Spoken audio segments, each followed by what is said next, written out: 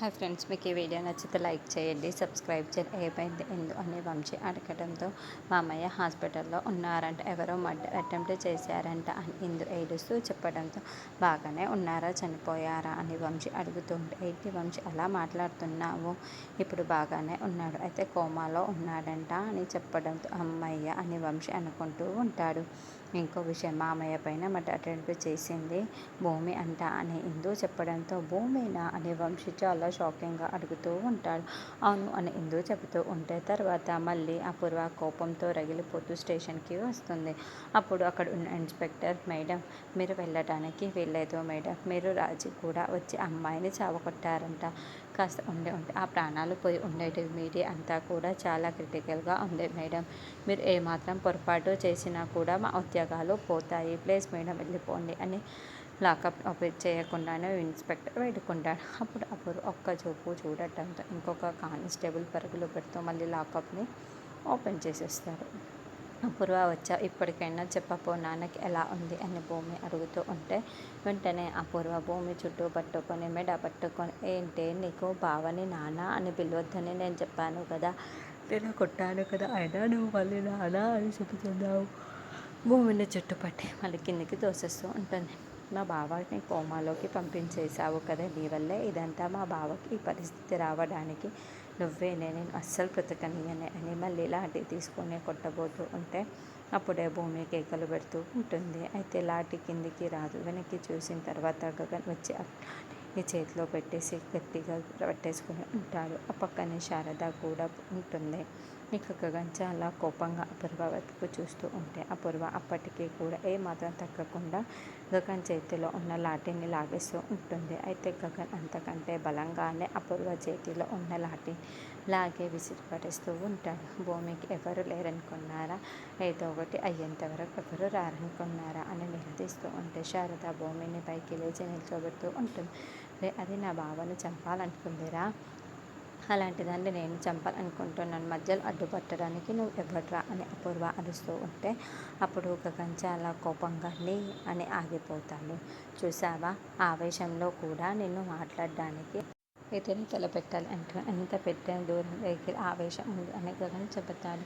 అది నువ్వు గుర్తుపెట్టుకో అని గగన్ గట్టిగా వార్నింగ్ ఇస్తూ ఉంటాడు. రై, అది నా బావని చంపాలనుకుందిరా అని అపూర్వ అరుస్తూ ఉంటే చూసావా, నువ్వు చూసావా అని గగన్ అంటే, రే పోలీసులు చూసారా అని అపూర్వ అంటుంది. మిస్టర్ ఎస్ఐ నువ్వు చూసావా అని గగన్ అనడంతో అవును సార్ చూశాను అని ఇన్స్పెక్టర్ చెబుతాడు. ఏం చూసావు అని గగన్ అంటాడు. శరత్ చంద్ర గారిని మర్డర్ చేయటం చూశాను అని ఇన్స్పెక్టర్ చెబుతాడు. ఓహో, తను అతన్ని చంపుతూ ఉంటే నువ్వు నిల్చొని చూస్తున్నావా, tell me the blood details అని అరుస్తూ ఉంటాడు. అంటే తన చేతిలో శరత్చంద్ర గారిని పొడిచిన సీసా ఉంది సార్ అని ఇన్స్పెక్టర్ చెప్పడంతో తను పొడుస్తున్నప్పుడు చూసావా, లేకుంటే అతను బ్రతకాలి అని పొడుచుకున్న సీసా బయటికి తీస్తుంటే చేసావా అని గగన్ ప్రశ్నిస్తూ ఉంటాడు. పోలీసులు ఎంక్వైరీ చేస్తూ ఉంటే మధ్యలో నువ్వు ఎవడ్రా అని అపూర్వ గట్టిగా అరుస్తూ ఉంటా. అదే నేను అడుగుతున్నాను, ఓ ద హెల్ ఆర్ యు, భూమిని కొట్టడానికి నువ్వు ఎవడివే. అపూర్వ చూడు, భూమి ఎవరినైనా చంపుతుంది అని ఎవరైనా చెబితే నువ్వు నమ్ముతావేమో, ఎందుకంటే నువ్వు అందరి ప్రాణాలు తీస్తుంటావు కదా, కాబట్టి నువ్వు ఖచ్చితంగా నమ్ముతావు, కానీ నేను నమ్మను. ప్రాణాలు పెట్టి తన ప్రాణాలని సైతం అర్పించేసి ప్రాణాలను కాపాడుకుంటుండే కానీ ఒక ప్రాణం తీసే మనిషి కాదు, అది నా భూమి అని గగన్ చిటికెలు వేస్తూ భూమి భుజం పైన చేయి వేసి భూమిని దగ్గరికి తీసుకొని మళ్ళీ చెబుతూ ఉంటాడు. అలాంటి భూమిని భర్తని చంపాలనుకుంది అంటే లోకం అంతా కూడా నమ్మిన నేను, మా అమ్మ మాత్రం నమ్మము. ఇన్స్పెక్టర్, ఒక్కోసారి మన కళ్ళు మనల్ని మోసం చేస్తాయి. ఆ శరత్ భూమి చంపపోయింది అని వీళ్ళు అనుకుంటున్నారు, కానీ బ్రతికించడానికి అలా చేసింది దొరికిపోయింది అని నేను నమ్ముతున్నాను. అలాంటివన్నీ తీర్చడానికి కోర్టు ఉంది, లా ఉంది, అవన్నీ కాకుండా అపూర్వకి మీరు ఎందుకు రైట్స్ ఇచ్చారు అని గగన్ నిలదీస్తూ ఉంటే మేడం మేడం ప్లీజ్ మేడం వెళ్ళిపోండి అని ఇన్స్పెక్టర్ బతిమిలాడుతూ ఉంటాడు. దాంతో అపూర్వ చిటికెలు వేస్తూ, ఈరోజు వచ్చి నువ్వు దాన్ని కాపాడాలి అని అనుకుంటున్నావా, కాపాడారు అనుకుంటున్నావు కదా, ఏ రోజుకైనా దాన్ని చావు నా చేతిలోనే ఉంది, గుర్తుపెట్టుకో అని అనగానే నువ్వేమీ చెయ్యలేవు చూడండి ఇన్స్పెక్టర్ అని గగన్ అనగానే చెప్పింది సార్ అని ఇన్స్పెక్టర్ టెన్షన్ పడుతూ ఉంటాడు. చూసారా, భూమిని చంపుతానని చెప్పి నీ కళ్ళ ముందు ఎలా వార్నింగ్ ఇస్తుందో, ఇందుకు మీరు కూడా సాక్ష్యం, నేను కూడా సాక్ష్యం. ఇప్పుడు నేను అపూర్వని మీద లో వేయండి, లాఠీ ఇవ్వండి నాకు కూడా, నేను కూడా ఈ అపూర్వాన్ని కొడతాను అని గగన్ చెబుతాడు. దాంతో అపూర్వ ఇంకేమీ మాట్లాడలేక కోపంతో రగిలిపోతూ వెళ్ళిపోతూ ఉంటుంది. ఇక భూమి కుప్పకూలుతూ ఉంటే శారద తన భుజం పైన వేసుకొని, అమ్మ భూమిరా ఇలా కూర్చో అని భూమి గగన్ శారద ఇద్దరు మధ్యలో కూర్చోబెట్టుకుని ఉంటారు.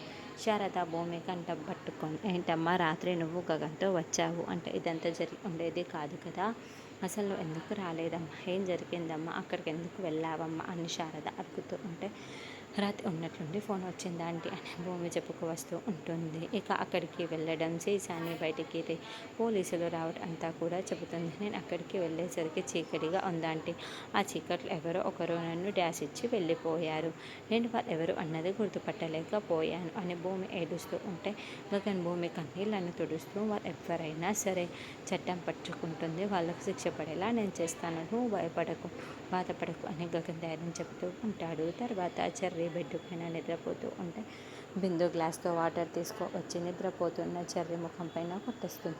ఏంటి నిద్రపోతూ ఉంటే ఇలా ఉన్నావు అబ్బా అంది చెర్రీ తల పట్టుకొని ఇంకా కొంచెం మత్తుగానే మాట్లాడుతూ ఉంటాడు.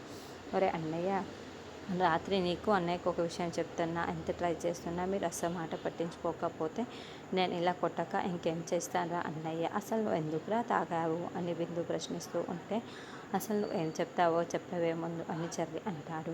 మామయ్య పైన ఓ మంట చేశారంట, భూమి కోమాలో వెళ్ళిపోయిందంట అని చెప్పడంతో, ఏంటి భూమి ఇదంతా చేసిందా, ఇంతకీ నాన్న ఎక్కడున్నారు అని చెర్రి అడుగుతూ ఉంటే, ఒరే అన్నయ్య, ఎంత మామయ్య అయినా నాన్నని కొట్టినంత మాత్రాన నువ్వు కోపం దించుకొని మామయ్య హాస్పిటల్ ఎలా ఉన్నారు అడగకుండా నాన్న గురించి అడుగుతున్నావు ఏంటి అని ఇందు అంటుంది.